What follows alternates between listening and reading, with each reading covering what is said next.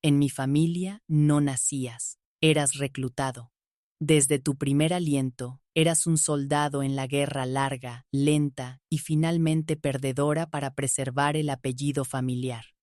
No eras una persona, eras un capítulo en un libro de historia, una sola línea en un legado orgulloso y decadente. Y la autora de ese libro, la generala al mando de nuestro pequeño y triste ejército, era mi abuela. Se llamaba Augusta Prescott, y fue la mujer más formidable y aterradora que he conocido. Era una mujer que creía que el amor era una debilidad, que el deber era la única virtud verdadera, y que el individuo era una cosa pequeña e insignificante que debía ser sacrificada por el bien mayor de la dinastía. Yo era su última y más prometedora soldado, la que estaba preparando para ganar la guerra. Nunca olvidaré la noche de mi 16º cumpleaños, cuando me llevó a la biblioteca familiar, una habitación que olía a cuero viejo y ambición. En un caballete había un retrato grande y formal de un joven apuesto y de aspecto serio que nunca había conocido. Mi abuela se paró a su lado, su postura tan rígida como una estatua. Ese, dijo, su voz desprovista de todo sentimiento. Es Jonathan Davenport, el hijo del senador Davenport. Su familia tiene el dinero y la influencia. Nosotros tenemos el nombre y el legado. Luego volvió sus fríos ojos grises hacia mí. Esto no es un matrimonio, Clara. Es una fusión. Tu deber no es para con tu propia felicidad. Tu deber es para con el apellido familiar. Ella pensaba que me estaba otorgando un gran honor, un noble propósito. No tenía idea de que en ese momento no estaba creando un soldado, estaba creando una desertora. Hola a todos, mis queridos amigos. Mi nombre es Clara y tengo 79 años. Estoy muy contenta de hablar con ustedes hoy desde mi galería en Jackson, Wyoming. Como pueden ver, estoy rodeada de la gran pasión de mi vida. Estas son mis fotografías. Son imágenes grandes y silenciosas de los lugares salvajes e indómitos del mundo, los picos escarpados de los Grand Tetons, el vacío desolado y hermoso del desierto de Atacama, los antiguos bosques cubiertos de musgo del noroeste del Pacífico. He pasado los últimos 50 años de mi vida buscando los lugares donde el mundo sigue siendo su propio ser salvaje y auténtico. Mi trabajo es una celebración de la soledad, de la resiliencia, de una belleza que no está cuidada ni controlada, sino que es poderosa, real y libre. Aprendí, por las malas, que un alma humana necesita espacio para crecer. No puede cultivarse en la maceta estrecha y sin aire de la ambición de otra persona. Necesita un paisaje vasto y abierto. Y así, salí y encontré uno, para mi cámara y para mí. Es una verdadera alegría tenerlos aquí conmigo, en este espacio tranquilo lleno de vistas salvajes. Su presencia hace que este acto de mirar hacia atrás se sienta menos como un viaje solitario y más como una expedición compartida. Me sentiría muy honrada si me dijeran en los comentarios desde dónde están viendo. Y tengo una pregunta para ustedes. ¿Alguna vez han sentido que el camino de su vida estaba siendo elegido por otra persona? ¿Y alguna vez soñaron con un paisaje diferente, un horizonte diferente para ustedes? Es algo poderoso elegir tu propio mapa. Y si creen en la importancia de ese viaje, les estaría muy agradecida si le dieran me gusta a este video y se suscribieran al canal. Su apoyo ayuda a asegurar que estas historias de rebelión silenciosa y libertad duramente ganada se preserven. Mi historia comienza en una casa que no era un hogar, sino un cuartel general. Nací en la familia Prescott, un nombre que, en los círculos políticos de Washington, D.C., una vez se pronunciaba con la misma reverencia que los nombres Kennedy o Roosevelt. Mi bisabuelo había sido gobernador, mi abuelo, un senador poderoso. Pero para cuando yo nací, la dinastía estaba en un estado de elegante decadencia. El poder se había desvanecido, la influencia había disminuido. Todo lo que quedaba era el nombre y el peso aplastante y sofocante de su historia. La guardiana de ese legado, su suma sacerdotisa, era mi abuela, Augusta. Su propio esposo ya no estaba, sus propias ambiciones políticas frustradas por la época en que nació. Así que canalizó todo su formidable intelecto, su genio estratégico y su ambición despiadada en sus hijos, y luego, en mí. Mis propios padres fueron las primeras víctimas de su obsesión dinástica. Mi padre era un hombre amable y gentil que habría sido feliz como profesor de historia, pero mi abuela lo había forzado a una carrera política para la que no tenía talento ni estómago. Era un hombre tranquilo y triste, una perpetua decepción para ella. Mi madre era una mujer hermosa y tímida de buena familia, elegida por Augusta por su pedigrí, no por su personalidad. No eran mis padres en ningún sentido real de la palabra.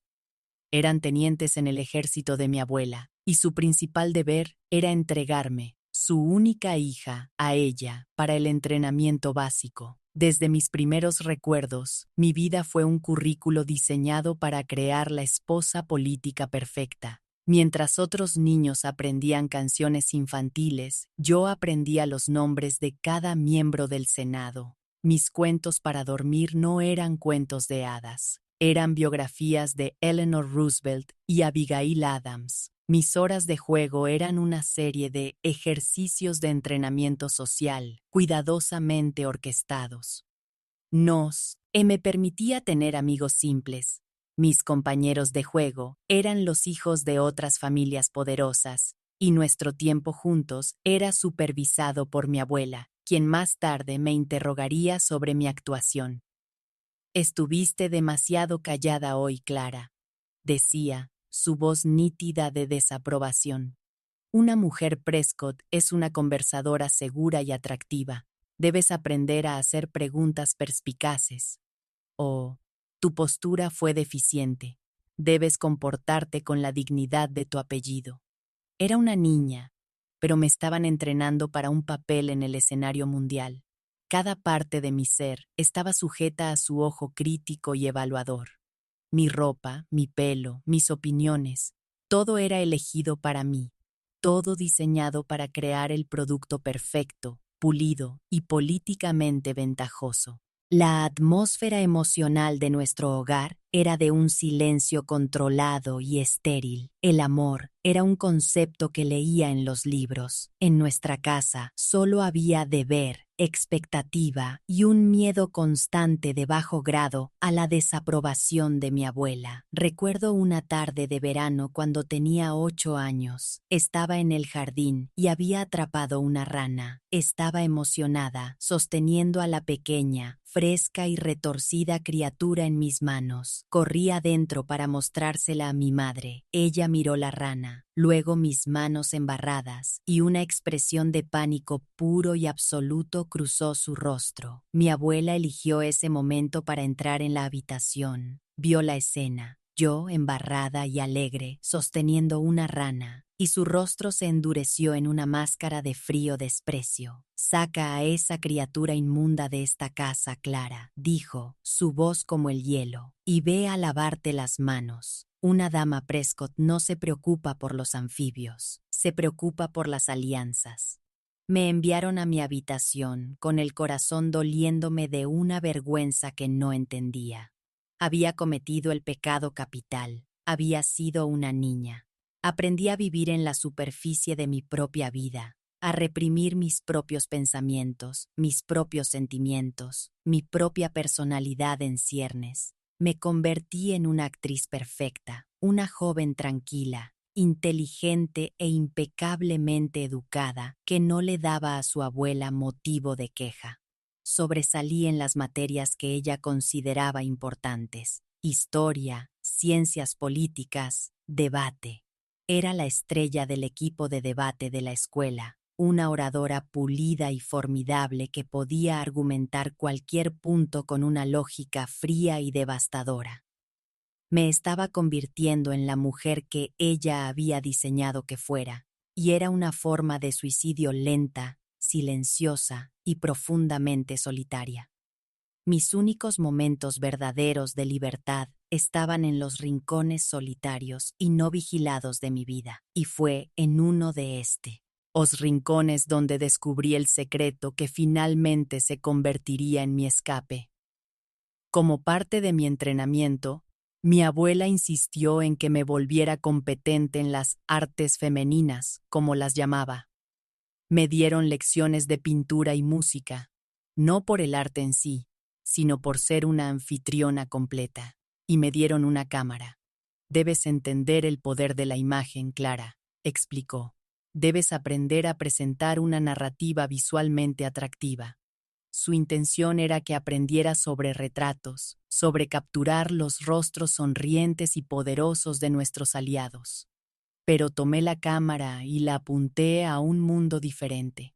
La llevaba conmigo en mis paseos solitarios y prescritos por los parques cuidados de nuestro vecindario rico, y fotografiaba no las grandes casas ni a las personas importantes, sino las cosas pequeñas, secretas y salvajes. Una sola y perfecta gota de rocío en una telaraña, el intrincado patrón geométrico de la escarcha en una ventana, la corteza nudosa y resistente de un viejo roble. La fotografía se convirtió en mi lenguaje secreto, mi rebelión silenciosa. En una vida que era todo actuación pública, mi cámara me dio una forma de ser una observadora silenciosa e invisible. Me enseñó a mirar de verdad al mundo, y a encontrar la belleza no en la gran narrativa, sino en los pequeños detalles pasados por alto. Era un mundo que solo me pertenecía a mí. Nunca le mostré mis fotografías a mi familia. Las habrían descartado como un uso frívolo e improductivo de mi tiempo. Eran mi secreto, mi primer y único acto de crear algo que fuera verdaderamente mío. La culminación de mis 16 años de entrenamiento llegó en la noche de mi cumpleaños. No fue una fiesta. Fue una cena formal con mis padres y mi abuela. Me dieron un regalo sensato y caro, un juego de biografías políticas encuadernadas en cuero. Después de la comida, mi abuela me llevó a la biblioteca, una habitación que servía como el santuario interior de la dinastía de nuestra familia. Las paredes estaban forradas con los retratos de mis antepasados, un jurado silencioso y juzgador de hombres de rostro severo, y allí, en un caballete pesado y ornamentado en el centro de la habitación, había un nuevo retrato.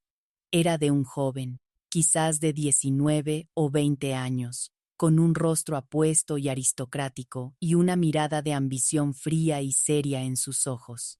No lo conocía. Ese, dijo mi abuela, su voz tan nítida y formal como si estuviera anunciando un respaldo político. Es Jonathan Davenport, el único hijo del senador Davenport. Hizo una pausa, dejando que el peso del nombre se asentara en la silenciosa habitación. Los Davenport son una buena familia, dinero antiguo, pero carecen de nuestra historia, de nuestro legado. Su influencia está en el presente, la nuestra está en el pasado. Es, como puedes ver, una combinación perfecta. Miré el rostro del extraño, un pavor frío y nauseabundo comenzando a acumularse en la boca de mi estómago. He tenido una conversación preliminar con el senador, continuó, su mirada fija en el retrato. Está de acuerdo. Una unión entre nuestras dos familias sería mutuamente beneficiosa. Una alianza poderosa. Luego se volvió y me miró, sus ojos grises completamente desprovistos de cualquier calidez, de cualquier afecto de abuela. Esto no es una cuestión de romance, Clara. Es una cuestión de estrategia. Serás una esposa maravillosa para su hijo. Eres inteligente, de buena cuna, y entiendes las exigencias de la vida pública. Esto no es un matrimonio, es una fusión. Y tu deber no es para con tus sentimientos infantiles. Tu deber es para con el apellido familiar. Me quedé allí, una chica de 16 años con un vestido de cumpleaños, y miré el rostro frío y pintado del chico que iba a ser mi esposo. Mi futuro no era un paisaje de posibilidades. Era un contrato firmado, sellado y entregado. Y yo era el principal activo a intercambiar El retrato de Jonathan Davenport, mi futuro esposo, permaneció en la biblioteca, un elemento fijo, silencioso y permanente en mi vida. Era un recordatorio constante e inminente del futuro que se había decidido para mí, un futuro en el que mis propios deseos eran irrelevantes. Mi abuela, Augusta, consideraba que el asunto de mi vida estaba resuelto, una fusión exitosa negociada y en espera de ejecución. Los años que siguieron a mi 16º cumpleaños fueron la fase final e intensiva de mi entrenamiento. Mi vida ya no era mía en ningún sentido de la palabra. Ahora era propiedad oficial de la Alianza Prescott-Davenport. Mi plan de estudios, ya riguroso, se intensificó. Me dieron clases particulares en materias consideradas esenciales para la esposa de un futuro senador: relaciones internacionales, política económica y el arte de pronunciar un discurso impecable, encantador y completamente sin sentido.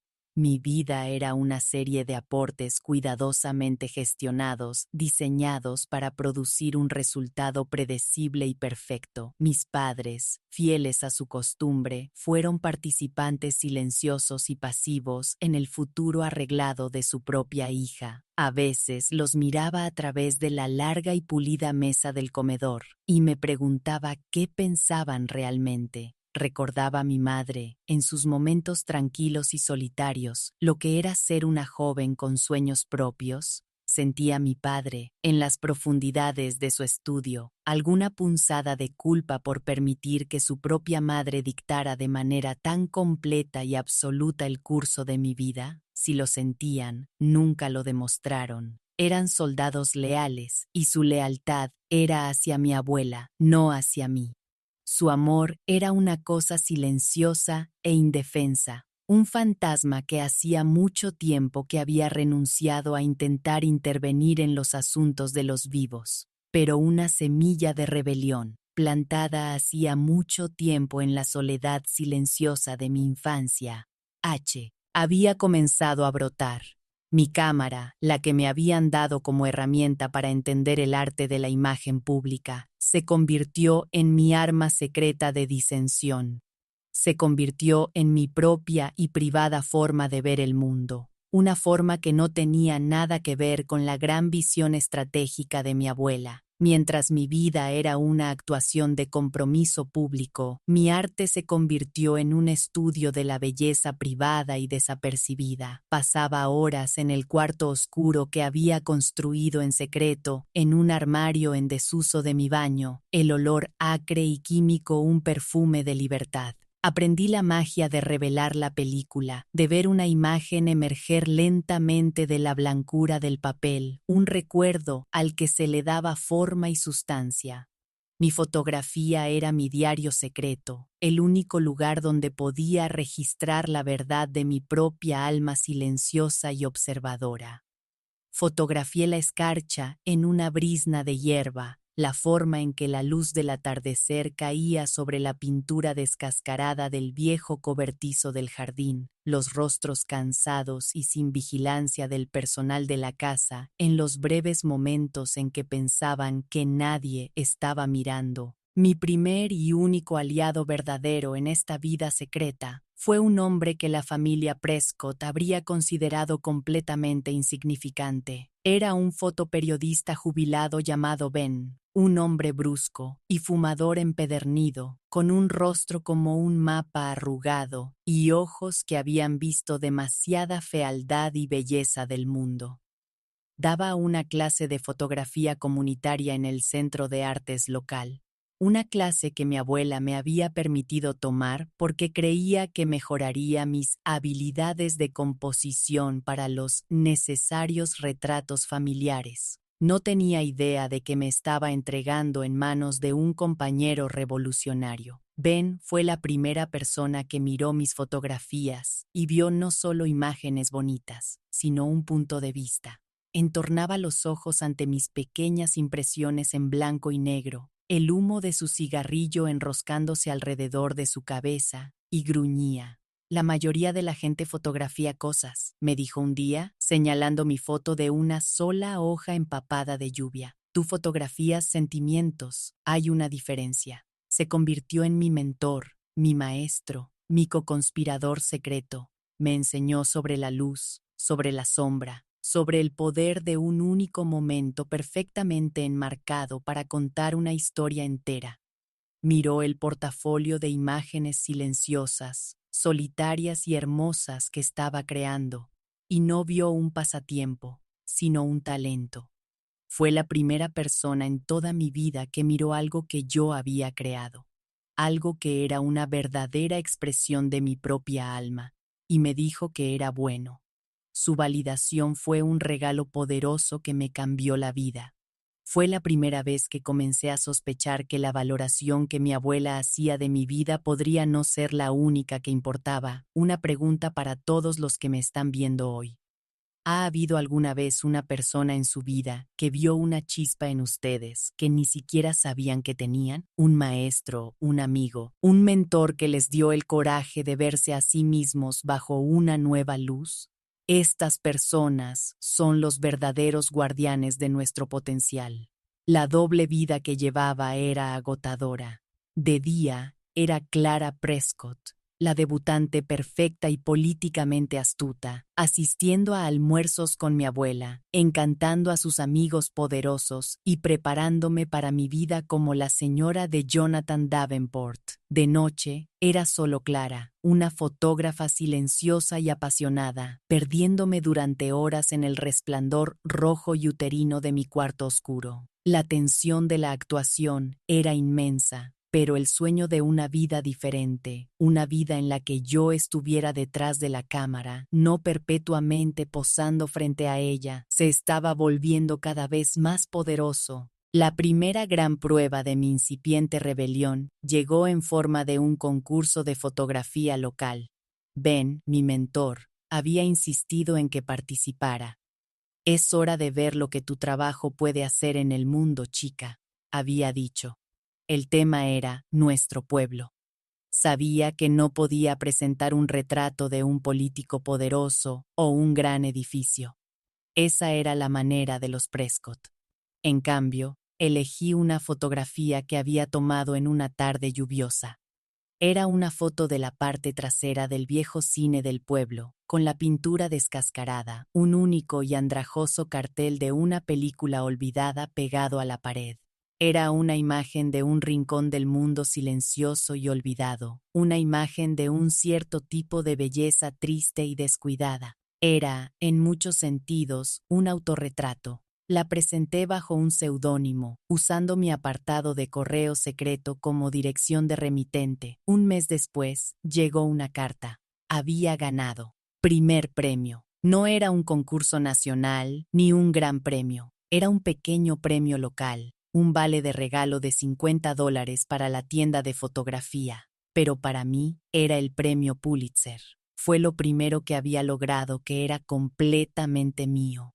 Una victoria que no tenía nada que ver con el apellido de mi familia, las ambiciones de mi abuela o mi futuro arreglado. Fue una validación de mi propio ojo, de mi propia voz. Recuerdo sostener el pequeño certificado impreso de forma barata en mis manos, y se sentía más valioso para mí que todas las joyas de la familia Prescott juntas. Era una prueba, la prueba de que yo existía. Pero esta pequeña y secreta victoria también consolidó una verdad terrible e inevitable. La vida que mi abuela había diseñado para mí y la vida que yo estaba comenzando a construir en secreto para mí misma estaban en curso de colisión. Me iba a la universidad en otoño, a un prestigioso programa de ciencias políticas en Georgetown, a universidad elegida por mi abuela como el campo de entrenamiento perfecto para una futura esposa política. Sabía que una vez allí, la presión para conformarme, para convertirme en la mujer que se suponía que debía ser la esposa de Jonathan Davenport, sería inmensa.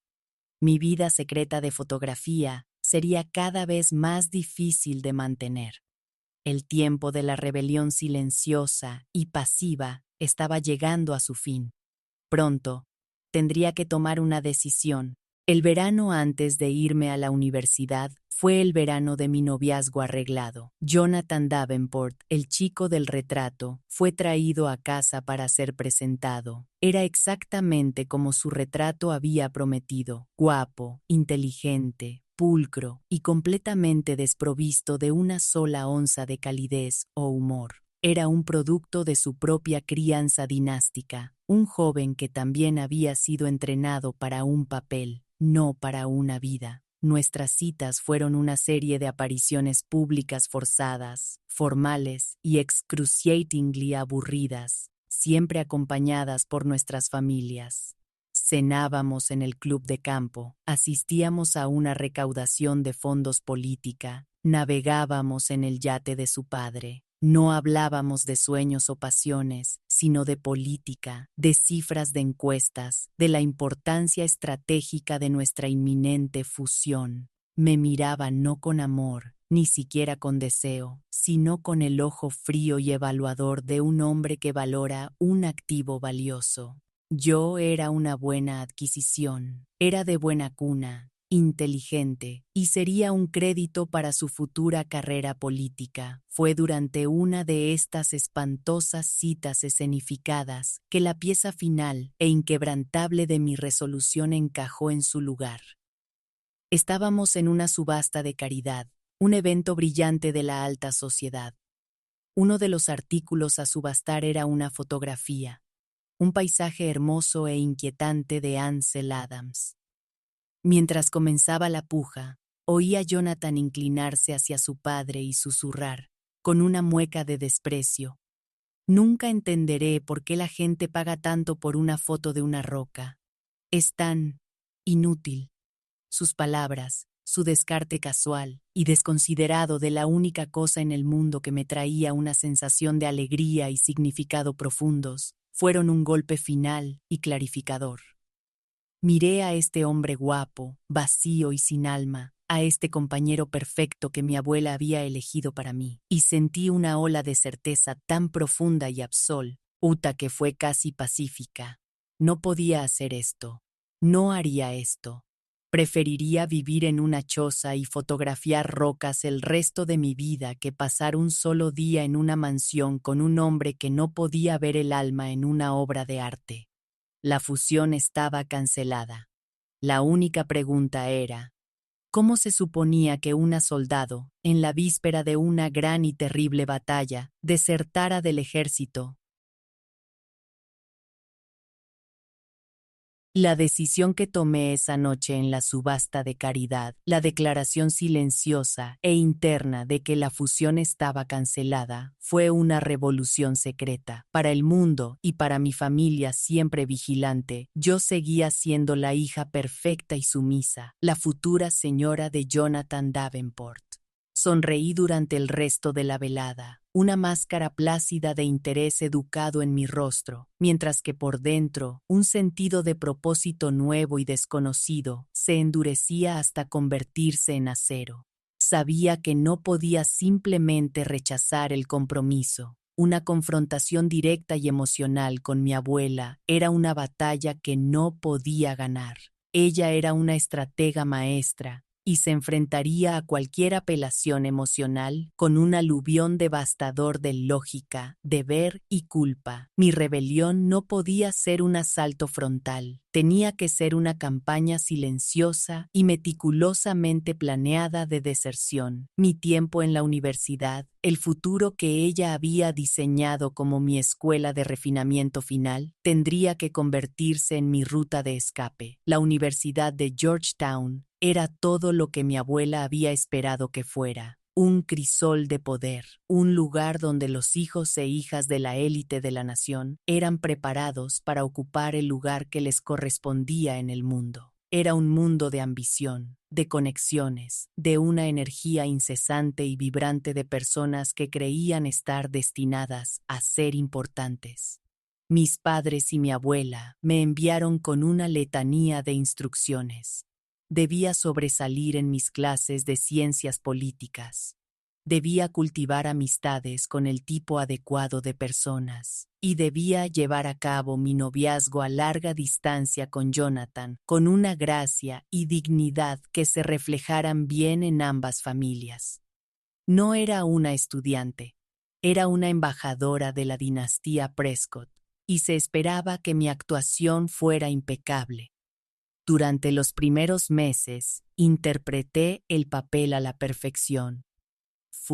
Y una estudiante brillante. Me uní al club de debate, a la revista política, a todas las organizaciones correctas. Era un modelo de propiedad de los Prescott, pero vivía una doble vida profunda y agotadora. La universidad, a pesar de todo su enfoque en el poder, también ofrecía la única cosa que nunca había tenido: el anonimato. Yo era una de miles de estudiantes y, por primera vez, pude labrar pequeños bolsillos secretos de una vida que eran enteramente míos. Mi mayor descubrimiento fue el cuarto oscuro de la universidad. Era un espacio pequeño y olvidado en el sótano del edificio de arte, un lugar que los ambiciosos estudiantes de ciencias políticas nunca frecuentaban. Se convirtió en mi santuario, mi cuartel general secreto. Cada momento libre que tenía, estaba allí. Les dije a mis padres y a mi abuela que pasaba largas horas en la biblioteca principal, estudiando, y estaba estudiando, pero no las materias que me habían asignado. Estaba estudiando la obra de los grandes fotógrafos: Cartier-Bresson, Dorothea Lange, Ansel Adams. Estaba aprendiendo por mi cuenta la compleja alquimia de la luz y la sombra, de la apertura y la velocidad de obturación. Mi mentor, Ben, el fotoperiodista jubilado de mi ciudad natal, me había dado una lista de contactos, viejos amigos suyos del cuerpo de prensa de Washington, D.C. Al principio era demasiado tímida para contactarlos, pero estudié su trabajo, aprendiendo el arte de la narrativa visual, de contar una historia poderosa en un único fotograma perfectamente capturado. Mi fotografía, que había sido un arte silencioso y contemplativo, comenzó a cambiar. Viviendo en el corazón de la capital de la nación, estaba rodeada no solo de la belleza de la naturaleza, sino de la realidad cruda, caótica y a menudo fea del mundo humano. Comencé a llevar mi cámara fuera del campus, a las partes de la ciudad que no estaban en las postales. Fotografié los rostros cansados y gastados de los vendedores ambulantes, los veteranos sin hogar solitarios y olvidados que dormían a la sombra de los grandes monumentos nacionales, la energía feroz y apasionada de las protestas políticas que barrían regularmente la ciudad. Mi trabajo se estaba convirtiendo menos en encontrar la belleza y más en encontrar la verdad. Y la verdad que encontraba era una historia desordenada, complicada y profundamente humana, que contrastaba fuertemente con la narrativa pulida y cuidadosamente gestionada de mi propia familia. Una pregunta para ustedes, mis amigos que me acompañan en este viaje. ¿Es posible ver verdaderamente el mundo, en toda su belleza y su dolor, cuando se vive una vida que no es propia? Descubrí que mi cámara no era solo una herramienta para ver el mundo, era una herramienta para encontrar mi propio lugar en él. La tensión de mi doble vida era inmensa. Vivía con 4 horas de sueño por noche, mis días un acto de malabarismo frenético entre seminarios de ciencias políticas y horas secretas y robadas en el cuarto oscuro, mis noches pasadas escribiendo cartas largas, cuidadosamente elaboradas y completamente ficticias a Jonathan Davenport, mi prometido fantasma. Las mentiras eran un peso constante y pesado, pero mi arte, mi verdad secreta, era una fuente de fuerza que hacía soportable la carga. Era un mundo en el que yo tenía el control, donde mi propia visión era lo único que importaba. El momento que forzó a mis 2 vidas a una colisión directa e inevitable fue un acto de rebelión deliberada y calculada. Al comienzo de mi segundo año, recibí el cheque de la matrícula de mi padre.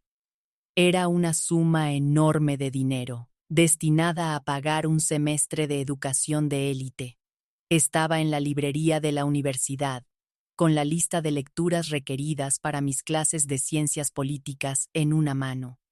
Era una colección de libros de texto densos y áridos sobre procedimiento legislativo y política exterior. Al otro lado de la tienda estaba la sección de fotografía, y en una vitrina de cristal cerrada con llave estaba la cosa más hermosa que jamás había visto. Una cámara Leica de calidad profesional con un objetivo Summicron, la misma cámara utilizada por Henri Cartier-Bresson, el maestro de la fotografía callejera. Era una obra de arte, un instrumento de precisión para capturar la verdad, y era fantástica e increíblemente cara. Su precio era casi exactamente el importe de la matrícula de mi semestre. Estuve en esa librería lo que pareció una hora, atrapada en las corrientes cruzadas de dos futuros posibles. Vi la vida que mi abuela había diseñado para mí. Una vida de poder e influencia, de elegantes cenas y nombres importantes. Una vida de perfección estéril y sin aire. Y vi otra vida. Una vida de incertidumbre, de lucha. Una vida vivida en el mundo real, desordenado, complicado y hermoso, una vida dedicada a contar las historias de otros en lugar de ser un personaje en la mía. Pensé en la tranquila decepción de mi padre, en la tristeza impotente de mi madre, en la rabia fría e implacable de mi abuela. Y luego pensé en mi mentor, Ben, y en sus palabras simples y poderosas. Tú fotografías sentimientos. Fui al mostrador. Compré la cámara. Gasté toda mi matrícula en un único, hermoso y completamente desafiante acto de autocreación. Salí de esa librería sin forma de pagar mis clases, pero por primera vez sentí que tenía una educación real. Las consecuencias fueron, por supuesto, inmediatas y catastróficas. No podía ocultar un acto de rebelión a esta escala. Me vi obligada a llamar a mi padre y contarle lo que había hecho. La llamada telefónica fue un asunto brutal y desagradable. Él no lo entendió. No podía entenderlo. Para él, mi acción no fue una elección. Fue un acto de locura, de irresponsabilidad infantil y autodestructiva. ¿Gastaste tu matrícula en una cámara?, repitió, su voz una mezcla de incredulidad y un profundo y cansado disgusto. ¿Has perdido la cabeza? La reacción de mi abuela, cuando él se lo contó, fue aún peor. No gritó. Su rabia fue una cosa fría, silenciosa y absoluta. Me informó, a través de mi padre, que había sido una decepción profunda y total. Había traicionado su confianza, había deshonrado su apellido y, a partir de ese momento, estaba por mi cuenta. El apoyo financiero fue cortado, la fusión dinástica con los Davenport fue cancelada oficial y sin ceremonias. Había sido excomulgada. Tenía 19 años, sola en una ciudad, sin dinero, sin familia y sin forma de pagar mi educación. El salvavidas de la riqueza de mi familia, que siempre había dado por sentado, había desaparecido. Estaba aterrorizada. Pero mientras estaba sentada en mi pequeña habitación de la residencia, el peso hermoso y pesado de la cámara Leica en mi regazo, también sentí una profunda sensación de paz. La actuación finalmente había terminado, la doble vida se había derrumbado, y solo quedaba una vida, la mía. El camino por delante era un completo desconocido, un rollo de película en blanco y sin exponer. Pero por primera vez, era yo quien sostenía la cámara. Era yo quien decidiría qué fotos tomar. El silencio al otro lado del teléfono después de que mi padre me desheredara fue absoluto. Fue el sonido de una puerta cerrándose de golpe, de una vida siendo cortada de manera irrevocable y completa. Tenía 19 años y era huérfana, no por un acto de Dios, sino por un acto de mi propia voluntad. El terror de ese momento fue algo físico, una cuchilla fría y afilada de miedo en mis entrañas. No tenía dinero, ni hogar al que regresar, ni red de seguridad. Había cambiado una vida de seguridad garantizada y dorada por la libertad aterradora y absoluta de lo desconocido. Me senté en mi pequeña habitación de la residencia, con la hermosa y pesada cámara Leica en mi regazo, y me enfrenté a una elección: ser aplastada por el peso de mi decisión o ser forjada por ella. Respiré hondo, la primera respiración de mi vida real, y elegí ser forjada. Mi primera llamada fue a mi mentor, Ben. Le conté todo en un torrente frenético y lloroso. Escuchó pacientemente, su silencio una presencia reconfortante y firme al otro lado de la línea. Cuando terminé, no me regañó, no dijo "te lo dije". Simplemente se rió entre dientes, un sonido bajo y ronco. «Bueno, chica», dijo, «me parece que finalmente decidiste convertirte en fotógrafa en lugar de solo tomar fotos. Ahora comienza el verdadero trabajo». No era solo un maestro de arte, era un maestro de la supervivencia. Había pasado su vida en zonas de guerra y áreas de desastre, y mi crisis personal, parecía insinuar, era solo otro entorno hostil por el que navegar. Me dio mi primera tarea. «Necesitas un trabajo», dijo. «Y tienes una habilidad. Ve al Washington Post. Busca al editor de fotografía. Se llama Jack Riley, un viejo cascarrabias, pero un buen periodista. Dile que te envía Ben. Dile que harás cualquier cosa. Mezclar productos químicos, barrer el suelo del cuarto oscuro, llevar café. Solo tienes que meter un pie en la puerta». Día siguiente, entré en la bulliciosa y caótica sala de redacción del Washington Post. Era un mundo de teléfonos sonando, editores gritando y el ritmo frenético y estrepitoso de 100 máquinas de escribir. Era la antítesis absoluta del mundo tranquilo y educado en el que me habían criado, y me encantó al instante. Encontré la oficina de Jack Riley. Era exactamente como Ben lo había descrito: un hombre brusco, sobrecargado de trabajo, con una corbata manchada y un ceño fruncido permanente. Miró mi portafolio de fotos de naturaleza, tranquilas y artísticas, con una expresión de profundo desinterés. «Esto es bonito», gruñó. «No es noticia, no tengo trabajo para un artista». Mi corazón se hundió, pero entonces recordé el consejo de Ben. «Haré cualquier cosa», dije, mi voz más fuerte de lo que me sentía. «Barreré sus suelos, haré sus recados, solo quiero aprender». Riley me miró fijamente durante un largo y duro momento, luego suspiró. Un sonido de absoluto cansancio. «Está bien», dijo. «Asistente de cuarto oscuro. Empiezas mañana. La paga es terrible». Fue la frase más hermosa que había oído en mi vida.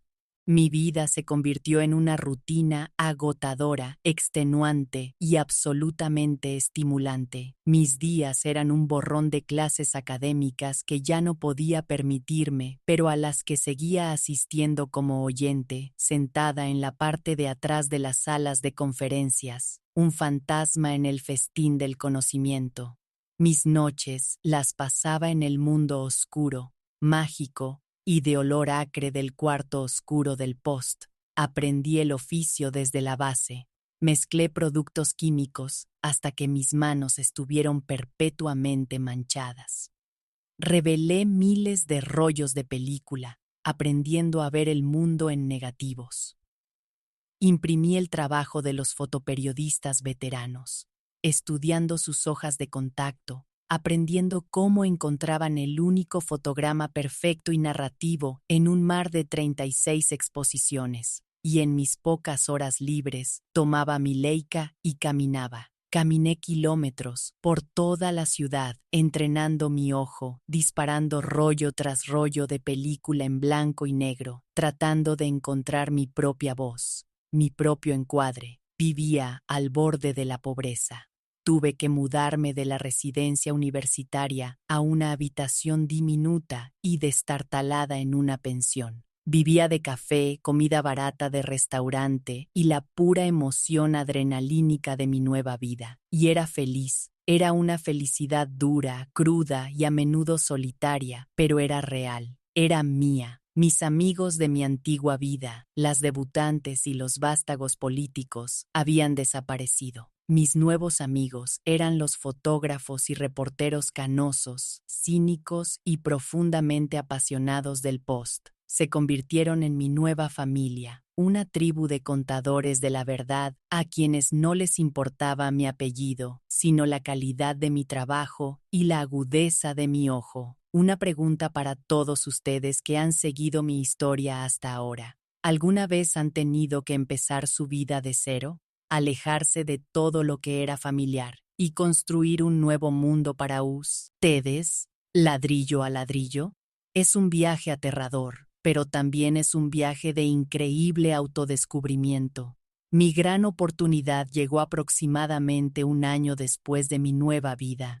No fue un gran triunfo artístico, sino un pequeño momento de suerte, de estar en el lugar correcto en el momento correcto, un momento para el que toda mi extraña vida me había preparado.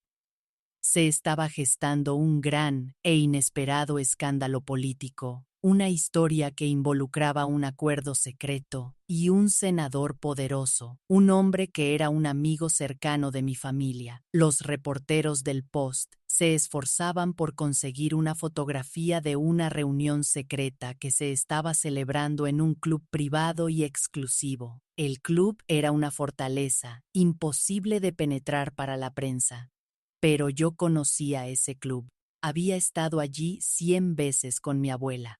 Conocía su distribución, sus entradas de servicio, sus ritmos. También sabía que los miembros y el personal estaban entrenados para ver a una joven con un vestido sencillo como una presencia invisible e inofensiva. Fui a ver a Jack Riley. «¿Puedo entrar?», le dije. Me miró con su escepticismo habitual, pero había una nueva desesperación en sus ojos. Estaba a punto de que la competencia le ganara la primicia. «Bien, chica», gruñó, entregándome una cámara con un objetivo largo. «Que no te arresten».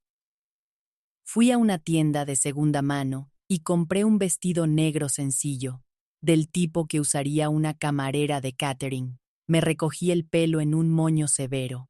Estaba usando mis viejas habilidades, el arte de la actuación, el arte de ser la chica invisible, para un nuevo propósito.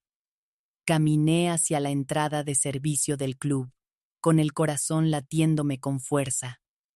Le dije al guardia de seguridad que era un reemplazo de última hora para una camarera que se había reportado enferma. Él miró mi vestido sencillo, mi rostro serio, y me dejó pasar sin pensarlo 2 veces. Era un fantasma de nuevo, pero esta vez era un fantasma con una misión. Pasé las siguientes 2 horas en ese club, una camarera silenciosa e invisible que llevaba bandejas de bebidas, mi Leica escondida bajo una servilleta en mi bandeja, y escuché, observé, esperé, y entonces lo vi. El senador, el cabildero corrupto, el intercambio secreto de un sobre en un rincón tranquilo y poco iluminado de la biblioteca. Mis manos estaban firmes, mi ojo estaba claro. Levanté la cámara, un movimiento silencioso y fluido. Tomé 3 fotogramas rápidos y perfectos.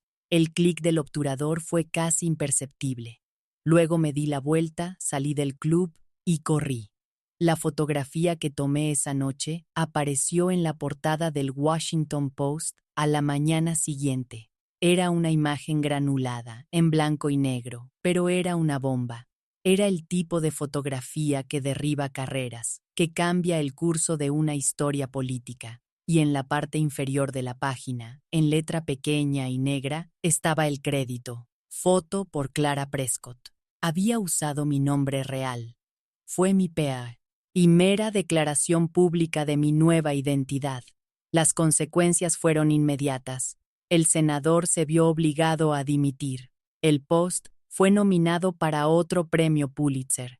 Y yo, la asistente de cuarto oscuro, la chica fantasma, de repente era la joven fotoperiodista más famosa del país. La consecuencia más profunda, sin embargo, fue personal. El día que se publicó la fotografía, Mi abuela, Augusta, había estado organizando un almuerzo político en su casa. Más tarde supe que uno de sus invitados había traído el periódico de la mañana. Había visto la fotografía y había visto la firma. Había visto el nombre de su nieta tranquila y obediente, la chica a la que había desheredado, ahora en la portada del periódico más poderoso del país, no como la esposa de un senador, sino como la mujer que había derribado a uno. El shock, me contaron, fue tan profundo que tuvieron que ayudarla a llegar a su habitación. Había pasado toda su vida tratando de controlar la narrativa familiar, de construir un legado de poder e influencia. Y yo, su proyecto fallido, su mayor decepción, acababa de convertirme en la Prescott más poderosa en una generación, y lo había hecho rechazando todo lo que ella representaba. No había elegido el retrato pulido y arreglado, sino la verdad granulada, difícil e innegable. Ya no era un personaje de su historia, ahora era la autora de la mía. La fotografía en la portada del Washington Post no fue solo una imagen, fue una declaración de independencia, un testamento público e irrefutable de la vida que yo había elegido. Las consecuencias de esa única y granulada imagen fueron un terremoto político, pero para mí fue un momento de liberación silencioso, personal y profundamente satisfactorio. No solo había destapado una historia, había roto la última de las cadenas invisibles que me ataban al sofocante legado de mi familia. Mi abuela, Augusta, me había preparado para ser un personaje en una historia de poder e influencia. Pero yo me había convertido en la autora de un tipo de historia completamente diferente. Una historia sobre el poder de la verdad. El mundo, que una vez me había conocido como una nota a pie de página del apellido Prescott, ahora me conocía como Clara Prescott, la fotoperiodista. El éxito de esa única fotografía me catapultó a una carrera que solo podría haber soñado. Jack Riley, mi editor brusco y cínico, me llamó a su oficina el día después de que se publicara la historia. Me miró con un respeto nuevo y a regañadientes. Chica, gruñó, empujando un pase de prensa sobre su escritorio. Ya no eres una asistente de cuarto oscuro, eres una fotógrafa de plantilla. Ahora sal ahí fuera y no lo arruines. Y así comenzó mi verdadera educación. Pasé los siguientes 40 años de mi vida con una cámara en la mano, como testigo del desarrollo desordenado, hermoso y a menudo brutal de la historia humana. Ya no era una artista solitaria que fotografiaba gotas de rocío en una telaraña. Era una periodista y mi tema era el mundo. Me enviaron a cubrir las grandes historias de mi tiempo. Fotografié los últimos y desesperados días de la guerra de Vietnam, las multitudes jubilosas y caóticas en la caída del muro de Berlín, el duelo silencioso y devastador de la epidemia del SIDA. Cubrí campañas presidencia, desastres naturales y las pequeñas y silenciosas luchas de la gente común en rincones olvidados del país. Mi trabajo no consistía en capturar la imagen perfecta y pulida que mi abuela había valorado. Se trataba de capturar la verdad, en toda su gloria desordenada, complicada y a menudo incómoda. Mi cámara se convirtió en mi pasaporte a una vida de profundo propósito y significado. Una vida mucho más rica y real que la de poder estéril y sin aire en la que había nacido. Nunca volví a hablar con mi familia. El abismo entre mi mundo y el de ellos era demasiado vasto para ser puenteado. Mi abuela, Augusta, la formidable matriarca, según me contaron, quedó destrozada por mi rebelión pública. Su gran fusión dinástica estaba en cenizas, y su heredero elegido, Jonathan Davenport, se casó discretamente con una mujer más adecuada y menos controvertida. Mi mayor acto de desafío no estuvo en la historia que había destapado, sino en la vida que había construido. Había demostrado que una Prescott podía ser poderosa en sus propios términos, que nuestro legado no era solo algo que se heredaba, sino algo que se creaba. Falleció unos años después, una general sin ejército, una reina sin heredero. Sentí una tristeza tranquila y distante por la mujer brillante y poderosa que podría haber sido, si no hubiera estado tan consumida por los fantasmas del pasado. Mis padres, me enteré por rumores, finalmente se divorciaron. Liberado del peso opresivo de la ambición de mi abuela, mi padre finalmente dejó la política y se convirtió en lo que siempre había querido ser: un profesor de historia en una pequeña y tranquila universidad. Mi madre se mudó a Florida y vivió una vida de comodidad tranquila y anónima. Nunca me puse en contacto con ellos. Las heridas eran demasiado profundas, pero esperaba, a mi manera silenciosa, que cada uno hubiera encontrado una medida de la paz que siempre les había eludido. Una pregunta para ustedes, mis queridos amigos. Es posible amar a tu familia, pero saber que solo puedes ser tú mismo verdaderamente dejándola atrás? Es una verdad dolorosa y difícil, pero para algunos de nosotros, la libertad requiere un acto de deserción total y absoluto.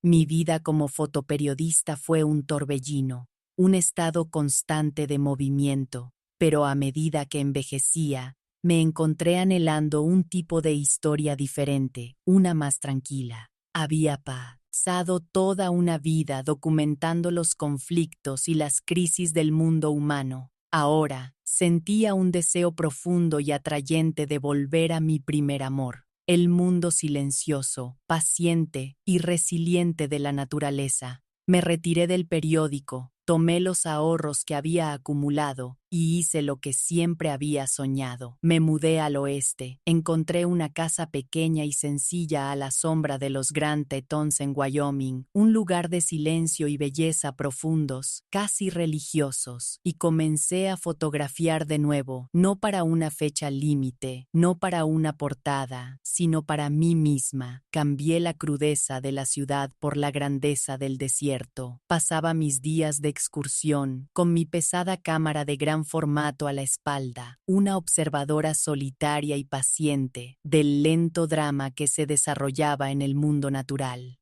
Fotografié la forma en que la primera luz del amanecer teñía los picos de las montañas de un rosa brillante e imposible. Fotografié los antiguos y nudosos pinos de Bristol Cone que habían sobrevivido durante miles de años en los entornos más duros. Fotografié el poder silencioso e inmenso de un glaciar, un río de hielo que había tallado el mismo paisaje por el que caminaba.